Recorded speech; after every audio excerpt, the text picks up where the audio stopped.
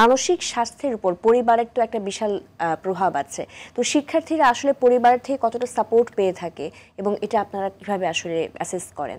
এইটা মানসিক স্বাস্থ্যের বিষয়টা মূলত আমি যদি বলি, এই কোভিড-19 পরিস্থিতির পরে মানসিক স্বাস্থ্য যে একটা গুরুত্বপূর্ণ বিষয়, এটা পরিবার, শিক্ষা প্রতিষ্ঠান এবং সমাজ, রাষ্ট্র কিন্তু তাদের মধ্যে বোঝা গেছে যে মনের জোরের কারণেই কোভিড-19 পরিস্থিতি থেকে আমরা বের হয়ে আসতে পেরেছি।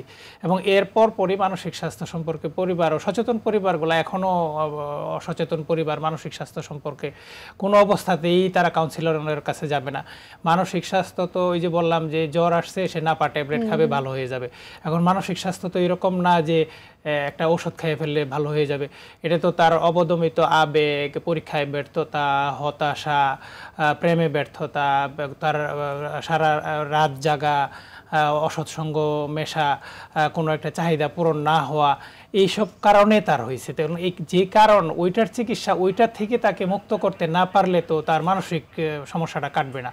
তো এই জন্য একটু সময় লাগে। এবং এই মানসিক স্বাস্থ্য যে একটা গুরুত্বপূর্ণ বিষয়, আমাদের সিলেবাসেও মানসিক স্বাস্থ্য অধ্যায় এবং এই যে খাওয়া দাওয়া, রাতে ঘুমানো, এই বিষয়গুলো যে খুবই জরুরি, এইটা তুলে ধরতে হবে।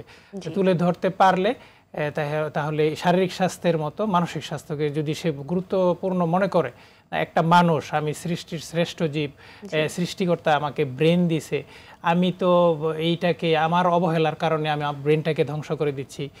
তো আমি চোখ দিয়ে ভালো জিনিস দেখতেছি না, আমি কান দিয়ে ভালো জিনিস শুনছি না। তো আমি বলতেছি ইতিবাচক জিনিসগুলো, হ্যাঁ, পজিটিভ। একজন সাইকোলজিস্ট বলতেছে, আমি যদি সবই পজিটিভলি দেখি, একটা নষ্ট ঘড়িকেও আপনি পজিটিভ হিসাবে দেখতে পারবেন। বলে যে সে তো 24 ঘন্টায়, রাতের 12টা, দিনের 12টা, দুইবার সঠিক সময় দিচ্ছে।